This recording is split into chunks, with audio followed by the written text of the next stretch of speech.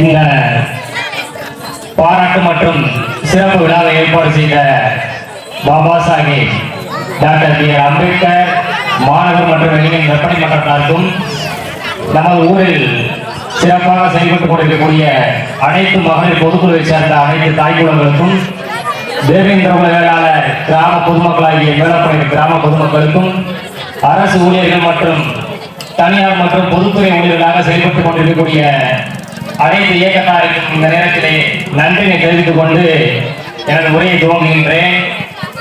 பொதுவாக எந்த ஒரு விஷயத்தை தொடங்கினாலும் கடவுளை வழிபட்டு தொடங்குவதுதான் வழக்கம். கடவுள்னா சிலை வழிபாடு கிடையாது. இப்போ நான் இந்த இடத்துல நிற்கிறேன்னா இந்த இடத்துல நிற்கிறதுக்கு முதல் காரணம் கடவுள் இங்க இருக்கக்கூடிய 2 பேர் தான், பெற்றோர்கள் தான் முதல் கடவுள். பெற்றோருக்கு அடுத்துதான் மற்ற எல்லா தெய்வங்களும். இப்போ உதாரணத்துக்கு இங்க ஒரு கோரிக்கை ஒன்று கடைசியா வைக்கிறேன் உங்களுக்கு. அதே போல எந்த ஒரு சிறு சூழ்நிலை ஏற்பட்டாலும் சில நேரம் ரொம்ப சோர்ந்து போகக்கூடிய சூழ்நிலை ஏற்படும், தோல்வி மட்டுமே வந்துகிட்டு இருக்கும். அப்படி வந்தாலும் கன்சிஸ்டன்சியை மட்டும் விட்டுறக்கூடாது. இந்த போட்டித் தேர்வு மாணவர்கள்ட்ட முக்கியமான ஒரே விஷயம் என்னன்னா கன்சிஸ்டன்சி. எந்த ஒரு சூழ்நிலையும் நீங்க படிச்சுட்டு இருக்கும் போது அந்த கன்சிஸ்டன்சி மட்டும் விட்டக்கூடாது. நான் இங்க ஜெயிச்சு போய் இந்த இடத்துல பேசி நிக்கிறேன்னா ஒரே ஒரு காரணம் மட்டும்தான் கன்சிஸ்டன்சி, வேற ஒண்ணுமே இல்லை. 2019 துவங்கினேன், வெற்றி பெறுவதற்கு எத்தனை ஆண்டு ஆயிருக்கு பாருங்க. இடையில என்ன வேணாலும் சூழ்நிலை நடந்திருக்கலாம், எவ்வளவு பெரிய பிரச்சனை நடந்திருக்கலாம். எது நடந்தாலும் ஒரு ஓரத்துல ஒதுக்கி வச்சுட்டு என்னால முடியும்னு இங்க இருக்கக்கூடிய பல பேர் முடியாதுன்னு மறைமுகமா சுட்டி காட்டினாங்க. அவங்களுக்கு முன்னாடி இப்படி சொல்றவங்களுக்கு முன்னாடி நம்ம ஜெயிச்சு காட்டணும் அப்படின்ற ஒரு வைராக்கியம். ஏன்னா ஆண்டு விழா மேடைகள்ல பாத்தீங்கன்னா நிறைய பேர் வந்து சிறப்புரையாற்றுவாங்க. இந்த முறை கூட ஆண்டு விழா கூட ஒரு சின்ன ஒரு மனக்கசப்பு இருக்கு விழா கமிட்டியோடு. அதுக்கான விளக்கத்தையும் சொல்லிடுறேன். ஒவ்வொரு முறையும் வந்து மாணவர் மன்றத்துல இருந்து பேர் போட சொல்லும் போது நான் பேர் போட்டதில்லை. ஏன்னா இங்க இருக்கக்கூடிய மேடை பேச்சாளர்கள் பேர்லாம் பாத்தீங்கன்னா எல்லாருமே ஒரு வெற்றியாளர்களா இருப்பாங்க, யாரோ ஒரு அரசு ஊழியர்களா இருப்பாங்க. ஒரு அரசு ஊழியர்களா இருந்து இங்க பேசிட்டு இருக்கும்போது நம்ம ஒரு சாதாரண ஆள் இங்க இருந்து ஒரு கருத்து சொன்னோம்னா யாரும் ஏற்றுக்க மாட்டாங்க. இவன் என்ன சொல்றான் அப்படின்னு போயிருவாங்க. அதே கருத்தை ஒரு அரசு ஊழியராகி நான் சொன்னேன்னா கேட்கக்கூடிய விதமே வேற மாதிரி இருக்கும். இதுக்காகத்தான் இத்தனை ஆண்டுகளா இந்த மேடையில அம்பேத்கர் மாணவர் மன்றத்தார்கள் ஏதோ ஒரு உரை கொடுக்கும்போது கூட நான் பேசினதே கிடையாது, வேணாம் ஒதுக்கி இருக்கேன். அதனாலதான் இந்த முறை ஏன் என்னுடைய உரையை போடலோட அவங்களோட வாக்குவாதோட ஈடுபட்டிருக்கேன். அதுக்கு மிகப்பெரிய மன்னிப்பு தான். ஏன்னா இந்த மாதிரி ஒவ்வொருத்தரும் வந்து அடுத்த ஆண்டுகள்ல வரும்போது என்ன பண்ணணும்னா உங்களுக்கு வைக்கக்கூடிய கோரிக்கை ஒன்னே ஒண்ணுதான், என்ன தவறுனா பண்ணிக்க. உங்க மேல 1000 விமர்சனம் இருக்கும். இவன் இந்த மாதிரி பண்றான், ஓப்பனாவே சொல்றேன், தண்ணி அடிச்சு திரிறான், கஞ்சா பழக்கம் பண்றான், புகையிலை பழக்கம் இருக்கு, என்ன வேணாலும் பண்ணிட்டு போ. பெற்றோர்கள் கண்டு சொல்லி நீங்க திருந்தாதான் நான் சொல்லி திருந்த போறது இல்லை, என்ன வேணாலும் பண்ணிட்டு போ. இந்த இடத்துல நான் வந்து என்னோட பெற்றோர்களை கௌரவ வச்சிருக்கேன். அதே மாதிரி அடுத்த ஆண்டு இந்த மேடையில இருக்கக்கூடிய இளைஞர்கள் பல பெண்கள் வந்து இந்த அடுத்த ஆண்டு இந்த மேடையில உங்களுடைய பெற்றோர்களை கௌரவிக்கணும். இந்த வெற்றி எனக்கான வெற்றி கிடையாது, எங்க பெற்றோருக்கான வெற்றி தான். இதே மாதிரி வேற மேடையில் வேற எங்கே வேணாலும் எனக்கு கிடைச்சிடும். அது என்னோட பெருமையாக எனக்கு மட்டுமே தனியா போயிடும். ஆனா எங்க பெற்றோருக்கான பெருமைன்றது சொந்த ஊர்ல சொந்த கிராமத்துல இங்கதான் கிடைக்கும்.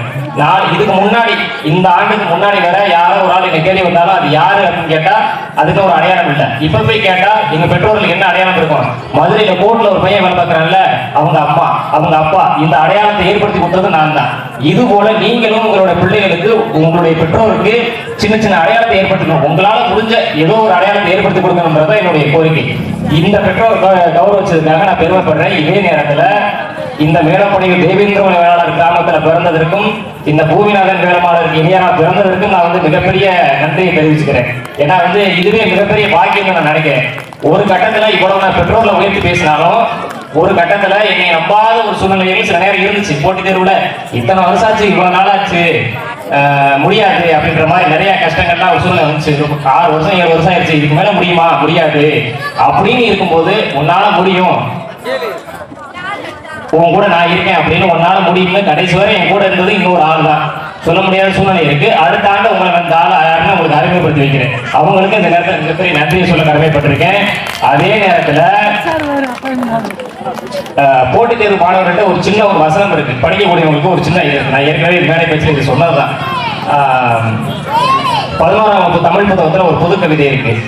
1000 மிதிப்படல்களிலும் எழுந்து நிற்கும் பொருட்களே உனது வழிகாட்டி.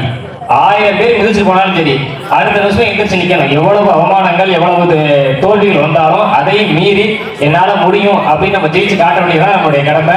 அந்த கடமை என்னுடைய பெற்றோர் நான் செஞ்சு காட்ட நினைக்கிறேன். இதே போல அடுத்தடுத்த ஆண்டுகளில் இங்க இருக்கக்கூடிய பல பேர் நம்ம இளைஞர்கள். அதே நேரத்தில் பெண்களுக்கு ஒரு முக்கியமான கோரிக்கை, நமது ஊர்ல இருந்து புத்தகத்தை எடுத்துட்டு வெளியூர்ல போய் படிச்சு பெண்கள் யாரும் வேலை இல்லாம இங்க வந்ததே இல்லை. உதாரணத்துக்கு பல பேர் பேரை சொல்ல முடியும். ஆனா புத்தகத்தை எடுக்காம ஊர்லயே காலம் தள்ளி நிறைய பெண்கள் இருக்கீங்க. ஆண்கள் கூட நிறைய பேர் போட்டித் தேர்வுல படிச்சு பார்த்துட்டு ரொம்ப வயசாகி விட்டுட்டு போனவங்க நிறைய பேர் இருக்காங்க. ஆனா பெண்கள் அப்படி யாரும் இருந்ததே இல்லை. புத்தகத்தை எடுத்துட்டு வெளியில போன எல்லாரும் அரசு பணியாளர் தான் வந்திருக்காங்க. தயவு செஞ்சு புத்தகத்தை எடுத்து படிக்க ஆரம்பிங்க. நம்ம ஊர்ல ஆண்கள் கூட நிறைய பேர் போட்டித் தேர்வு படிக்கக்கூடிய ஆண்கள் பாத்தீங்கன்னா ஆண்கள் நிறைய பேர் இருக்காங்க.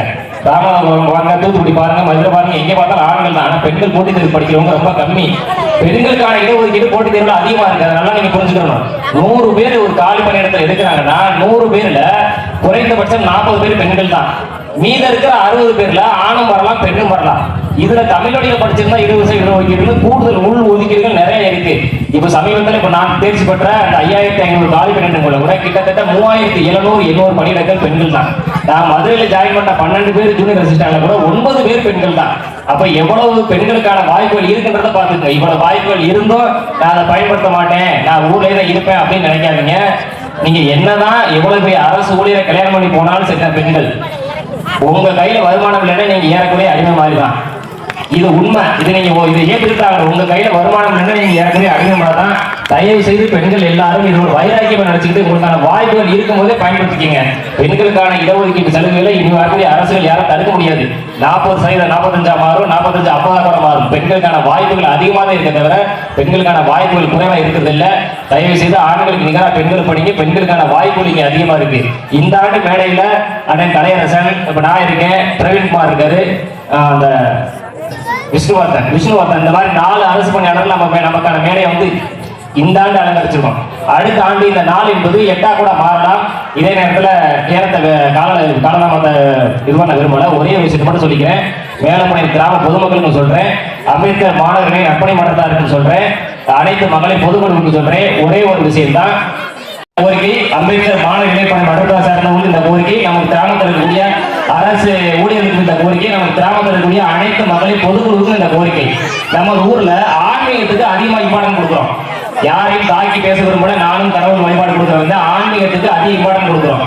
இப்போ இத்தனை லட்ச ரூபாய் செலவழிச்சு நம்ம இவ்வளவு திருவிழா நடத்திருக்கோம். இதுல ஒரு 10% ஒரு 1 லட்ச ரூபாயிலிருந்து 2 லட்ச ரூபாய படிப்புக்காக, கல்விக்காக, போட்டித் தேர்வு மாணவர்களுக்காக நீங்க செலவழிச்சீங்கன்னா இதுக்கப்புறம் இப்ப நம்ம திருவிழா சாமி முடிக்கிறோம். இதுல இருந்து ஒரு 5 வருஷம் கழிச்சு பாருங்க, இந்த திருவிழா சாமி கும்பிட்டதுனால நம்ம கிராமத்துக்கு என்ன முன்னேற்றம் ஏற்படுத்த மாட்டீங்கன்னா சிறிதளவு தான் இருக்கும். இதே இதுல ஒரு 5% 10% பணத்தை ஒரு கல்விக்காக எடுத்து செலவழிச்சு பாருங்க. 5 வருஷம் 10 வருஷம் கழிச்சு உங்க வீட்டில் இருக்கக்கூடிய யாரோ ஒரு பிள்ளை இங்க ஒரு 10 பேர் அரசு ஊழியரா இருக்கான். இது செலவழிக்கக்கூடிய பணத்தை இதை வந்து மாணவர்கள் எல்லாருமே சேர்த்து கோரிக்கை வைக்கிறேன். நம்ம ஊர்ல இருக்கக்கூடிய அனைத்து ஏகளுக்கு சேர்த்து இந்த கோரிக்கை வைக்கிறேன். தயவு செய்து கல்விக்காக ஒரு 5 முதல் 10% செலவழிங்க. காலபைரவர் கோயிலுக்குலாம் வந்து கட்டாயமான ஒரு அன்னதான முறை நடைபெறுது. அதுக்கு நான் எதிர்ப்பு தெரிவிக்கல. அன்னதானம்ன்றது இல்லாதவங்களுக்கு கொடுக்குறது பேர் தான் அன்னதானம். நம்மளே ஆக்கி போட்டு சாப்பிட்டா அதுக்கு அன்னதானம் கிடையாது. இதை புரிஞ்சுக்கணும். இதுதான் உண்மை. சில இடங்கள் நம்ம ஊர்ல வந்து சில இதுக்கு குருவச்சிக்கு போகலைன்னா கட்டாயமா ஃபைனு, காலவரர் கோயில அண்ணன் சாப்பாடு போகலைன்னா கட்டாயமா ஃபைனு. இந்த முறைக்கு வந்து கடுமையான எதிர்ப்பு தெரிவிக்கிறேன். அன்னதானம் என்பது யாருமே வழிபோக்கா வரக்கூடியவங்க, பசியில வரக்கூடியவங்க, வாழக்கூடியவங்க, ஏழ்மை நிலையில இருக்கக்கூடியவங்க போகும்போது சாப்பிட்டு நல்லா இருக்கணும், இந்த ஊர்ல அன்னதானம் போட்டோம் நல்லா இருக்குன்னு சொல்லிட்டு போற பேர் தான் அன்னதானம். நம்மளே காசு வசூலிச்சு நம்மளே வீட்டாக்கி சாப்பிடுறது போது அங்கே ஒரு இடத்துல ஆட்சி பேர் கூட்டாட்சி சொல்லி இதுக்கு பேர் அன்னதானம் கிடையாது. தயவு செய்து இந்த முறையில வந்து நீங்க ஒழிக்கணும்னு சொல்லல. அதுக்கு எப்படி கட்டாயமா ஒரு மாசம் 20,000 செலவு பண்றீங்களோ அதுல ஒரு 5% 10% படிக்கக்கூடிய மாணவர்களுக்கு, போட்டித் தேர்வு மாணவர்களுக்காக நீங்க கொஞ்சம் அமௌண்ட் செலவழிச்சுட்டு வந்தீங்கன்னா உங்க வீட்டில் இருக்கக்கூடிய பிள்ளையோ, உங்க அண்ணன் பிள்ளையோ, தம்பி பிள்ளையோ, உங்க வீட்டில் இருக்கக்கூடிய யாரோ ஒரு ஆளு இன்னொரு 5 வருஷம் கழிச்சு அரசு ஊழியர் தான்.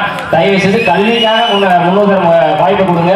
ஆன்மீகத்துக்கு எதிரானவன் நான் இல்லை, ஆன்மீகத்துக்கு செலவழிங்க. ஆன்மீகத்தில் கொடுக்கறதுல பாதியாவது இந்த மாதிரி கல்விக்காக கொடுங்கன்னு கேட்டுக்கொண்டு வாய்ப்பு நடைபெறுகிறேன்.